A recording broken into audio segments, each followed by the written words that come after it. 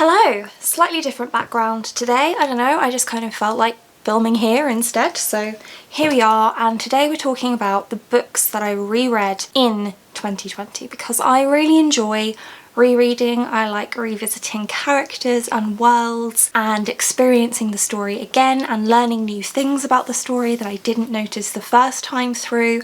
So I did quite a lot of rereading this year. Mostly I reread using audiobooks. I think I reread all of these apart from one using an audiobook, so let's talk about them. The first was The Quiet at the End of the World by Lauren James, which is a young adult science fiction story that follows the last two people born on Earth because Earth has been ravaged by a virus which has caused mass infertility, and so these two, Lowry and Shen, are the last people to be born unless the adults can figure out a way to save the future generations of humanity. And there's lots of twists and turns in this book. I really wanted to reread it to notice some things that I maybe didn't the first time, and I did really enjoy doing that, but it's also just a really clever and enjoyable book. So I enjoyed myself rereading it, and I still highly recommend it if you haven't already read it. I think it is better the first time because you get shocked by all of those shocking things, but it is still very interesting. And then after that, I read Red, White and Royal Blue by Casey McQuiston again, which is an adult romance story about the first son of the United States of America and Prince Henry of Wales, who hate each other. Except that maybe they don't hate each other. And this is just really sweet. I read this in the course of a day when I just wanted something light and fluffy to read that I was already familiar with, so I reread this one. It's just as fun and cute the second time round, so again, highly recommend. In fact, I'm going to stop saying that because I of course recommend all of these, otherwise I wouldn't have read them again. The next one was The Highlord, which is book 3 in the Black Magician trilogy by Trudy Canavan. I started a reread of the series the year before, so last year in 2019, and I just continued it and finished it off in the beginning of this year. This is an epic fantasy series for young adults that, well, I'll tell you about the first book. The first book follows Sonia, who is a poor person. What's the word they use for it? I don't know. She lives in the slums anyway. She discovers that she has magic even though that she shouldn't, and so she goes off to a magic school. It's a fairly standard tropey story, but these are quite old now. This one was published in 2004, and of course this is the last book in the trilogy. There is a run-up, there is a second trilogy that takes place a couple of decades after, or maybe just one decade after the events of this one, but I haven't read that and I don't think I really want to. But I didn't enjoy this as much as I did the first time that I read it, but I did still like being back in this world and getting to experience it all again because it had been so long since I've read it the first time. Next up, I feel like something that I reread pretty regularly was Poison Study by Maria V. Schneider, which is book 1 in the Chronicles of Ixia series, one of my favourite series of all time. I love this series. I like to just periodically return to this world and spend a bit more time with these characters because I love them. I love the characters, I love the world, I love everything that happens. I know it really well now, but I like being back here.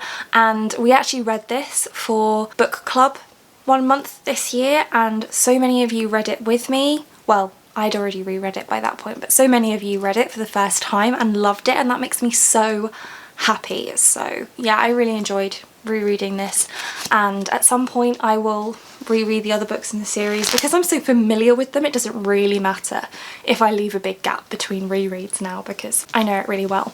And then I read 2 books, Illuminae and Gemina, from the Illuminae files by J. Christoph and Amy Kaufman because I wanted to read the final book, Obsidio, which I did read, but I wanted to reread these before reading that one because there'd been a bit of gap in between finishing these two, so I reread them.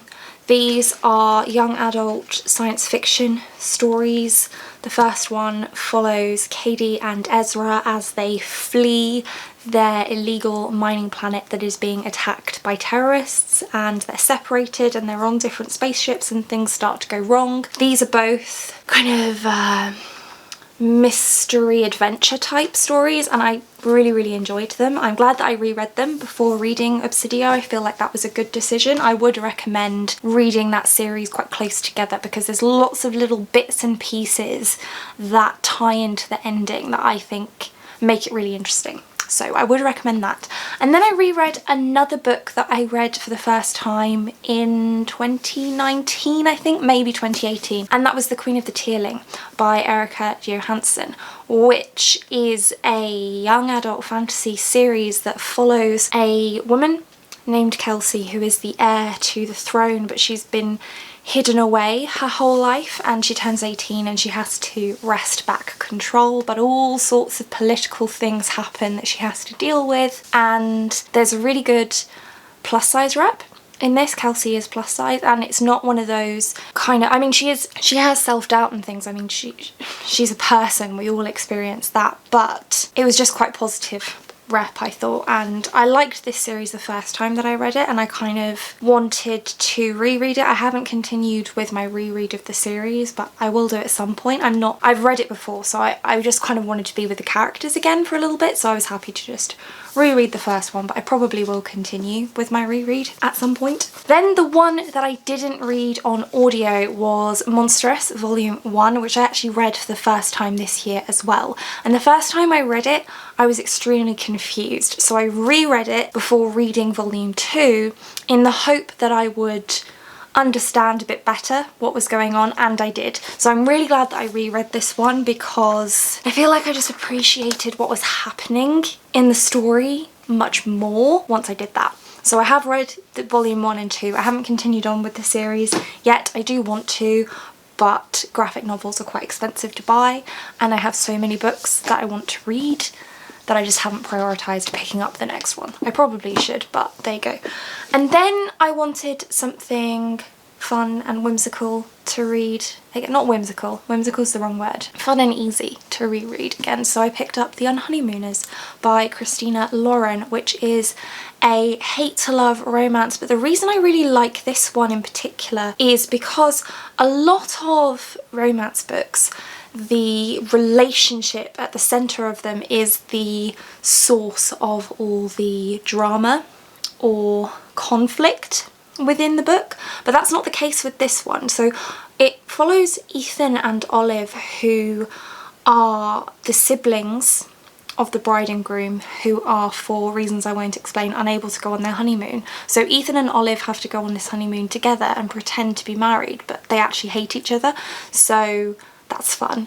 But I don't know, I really enjoyed this one, and it was just fun to reread it. Then, because the sequel came out, I reread Foundry Side by Robert Jackson Bennett because it had been probably about a year and a half since I'd read it when the sequel came out, so I wanted to reread this one before reading the sequel because quite a lot of important stuff happens in here, and I wanted to have those kind of minor details in my mind. Really enjoyed rereading this one.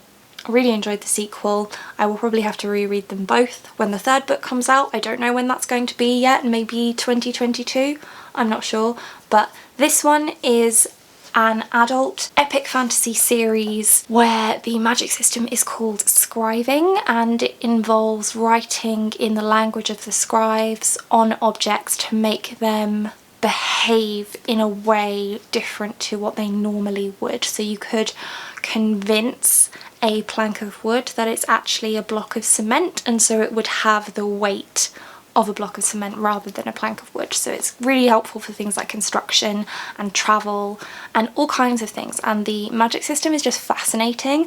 But the main storyline is kind of a cross between a mystery and a heist, because Sanchia at the beginning of the story, who is our main character, she's a really good thief, but she steals something that ends up getting her into a lot of trouble.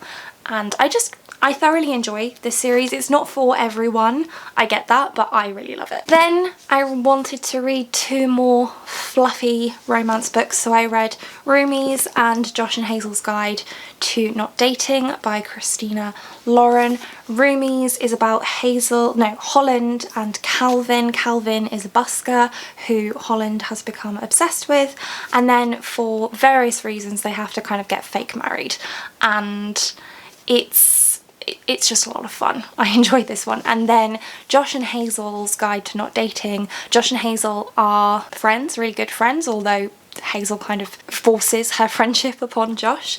And then they're both single, so they start setting each other up on blind double dates, and it's a lot of fun. So this one's like fake love to real love, and this one's like friends to lovers, so super fun. And then, I reread the Stormlight Archive by Brandon Sanderson, so The Way of Kings, Words of Radiance, Edge Dancer, and then Oathbringer. I reread them because Rhythm of War was coming out. I'm not going to spend any time on these. You've heard me talk about them 100 million times at this point, so I'm not going to bore you with it again. I did also reread The 11th Metal, which is a novella set in the Mistborn world, which I reread as part of Charlottethon Round 1. And then finally, my last reread that I finished this year, I wasn't sure if it was a reread or not. So it's The Shadows by J.R. Ward, which is book 11 or something in the Black Dagger Brotherhood series, and I couldn't remember whether I had read this one or not. So I want to continue with the series, but I couldn't remember what happened in this one. As I was reading it, I realised I had actually read it before, so it is a reread, but it had been so long since I'd read it that I really didn't remember, because there's so many books in the series, it's really difficult to keep straight in your mind which ones you've read. So I had read this one, and I have the next 2, and I think I've read both of the next 2 as well, so they will be rereads also. But this is a paranormal adult romance series that follows the Black Dagger Brotherhood, who are the protectors of the vampire race from this zombie-like species called the Lessening Society.